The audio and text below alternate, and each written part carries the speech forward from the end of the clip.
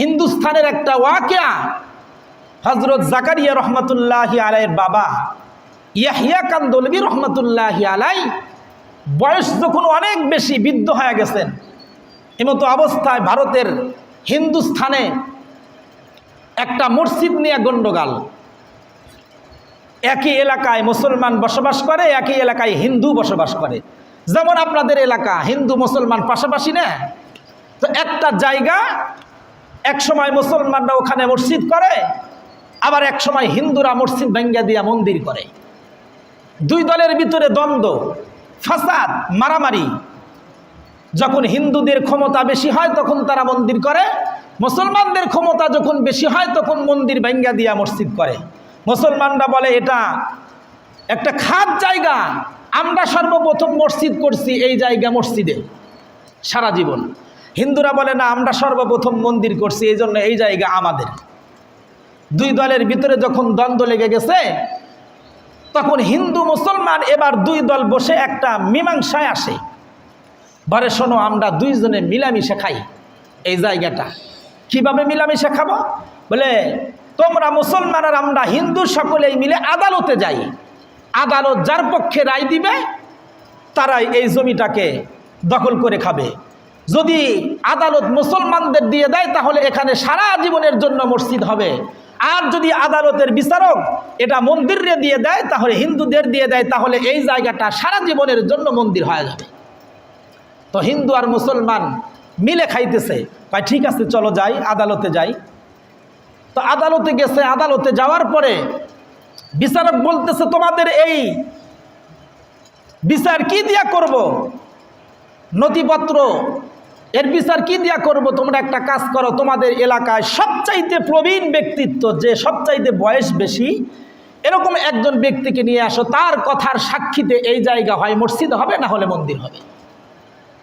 এবার হিন্দু মুসলমান দুই দল চলে আসছে, আয়েশা এলাকার ভিতরে খুঁজে খুঁজে দেখে সবচাইতে বেশি বয়স্ক হলো হযরত জাকারিয়া রহমতুল্লাহ আলাইহির বাবা ইয়াহইয়া কান্দলবি রহমতুল্লাহি আলাইহি। সে একজন মুসলমান। এবার মুসলমানরা চিন্তা করতেছে, ইয়াহইয়া কান্দলবি সে তো একজন মুসলমান, আদালতে সে গিয়া তো আমাদের মসজিদের পক্ষেই সাক্ষী দিবে। আর হিন্দুরা ভাবতেছে ইয়াহইয়া কান্দলবি সে মুসলমান, কখনো হিন্দুদের পক্ষে সাক্ষী দিবে না, আমাদের জায়গা আমরা হারায়া ফেললাম। ইয়াহইয়া কান্দলবি সারা এলাকার ভিতরে আর প্রবীণ ব্যক্তিত্ব কেউ নাই।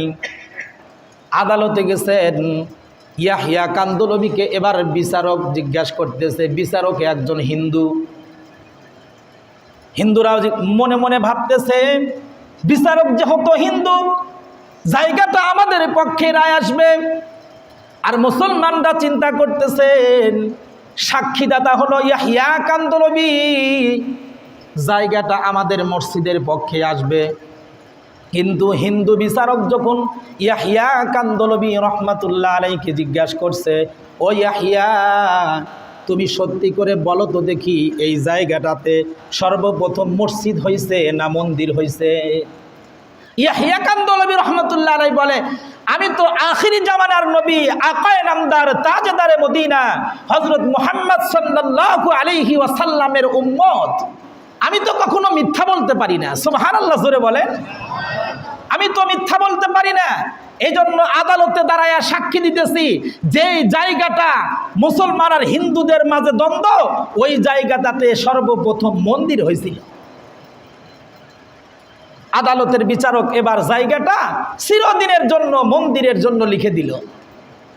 এবার বিচার কার্য যখন শেষ, হিন্দু মুসলমান উভয় দল আদালত থেকে বের হয়ে আসতেছে, কিন্তু মুসলমান যারা ছিল এরা ইয়াহইয়া কান্দলবি রহমাতুল্লাহ আলাইহিকে গালি দিতে দিতে আসতেছে।